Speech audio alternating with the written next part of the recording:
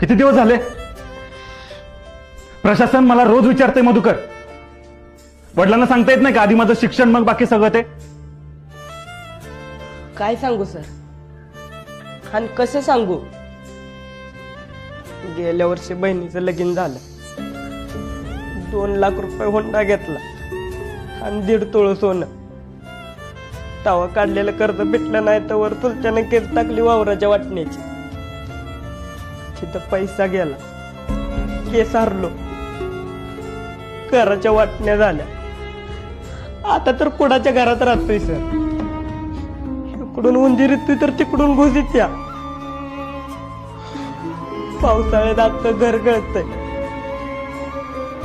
घरातली भांडी कमी पडते, पण पत्र्याची पानं काय गळायची थांबत नाही. बाप गावलती काम करतो.